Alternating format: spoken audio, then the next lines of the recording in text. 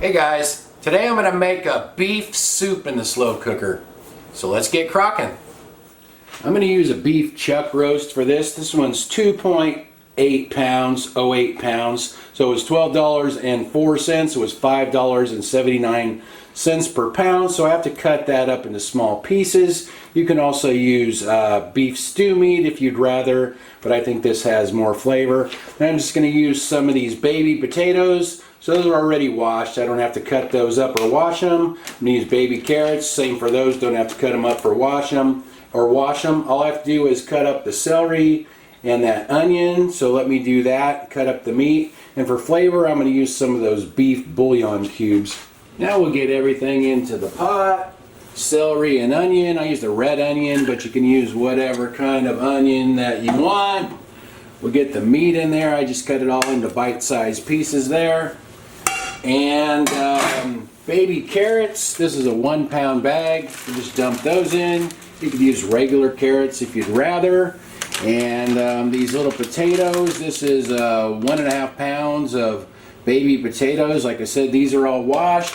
You could also use regular potatoes if you'd rather. Just cut up, 3, 4, 5, however many you want. And now we'll get some broth in there. Like I said, I'm using these beef bouillon cubes. These are the ones you get in the Hispanic section. So you use 1 cube per 2 cups of water. So I'm just going to crumble this up into this warm water here. Kind of mix it up. So I'm using 4 cups of water and 2 cubes. Put 1 in there already. These kind of vary. Sometimes it's 1 cup of water per cube, so you have to just read the directions on your bouillon there, or you could use those packages or boxes of just beef broth if you'd rather. So we'll pour that in there. Like I said, that's 4 cups of water. Get that in there. I mixed that up a little bit. It looks like it could use a little bit more liquid, but it usually makes more as it cooks. I've kind of learned that over the years of using the slow cooker. I'm going to season this lightly with some salt. Sometimes you have to re-season it at the end. And some Johnny seasoned pepper. I use this all the time. Besides pepper, it has sugar, red and green bell pepper, garlic and onion in it. If you don't have this, you could just use some salt and pepper and maybe a little garlic powder and onion powder if you want. And I think I'll sprinkle in a little Worcestershire sauce. I wouldn't worry if you don't have that, but kind of gives it a little extra flavor. So we'll just sprinkle in a little bit of that. And we'll get the lid on there. I'm going to cook this on high and I'll let you guys know how long it takes. It's been 5.5 hours and you can see this boiling away. Let's take the lid off and see how we're doing.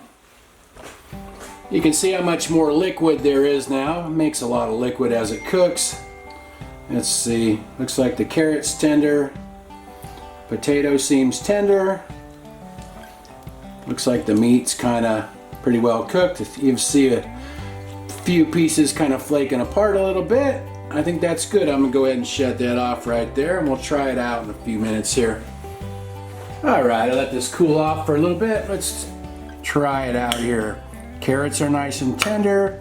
You can see these little potatoes, they stay together nicely, but they're tender. You can cut through them. The meat looks pretty tender, kind of breaks apart, cuts with the spoon there. So let's try it by ear.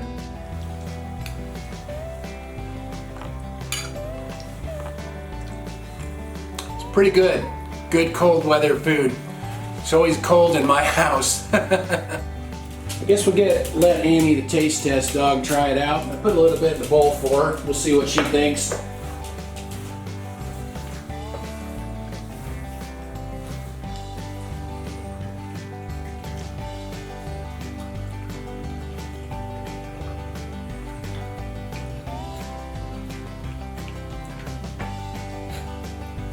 Well, she licked the bowl clean, so I guess it's Annie approved.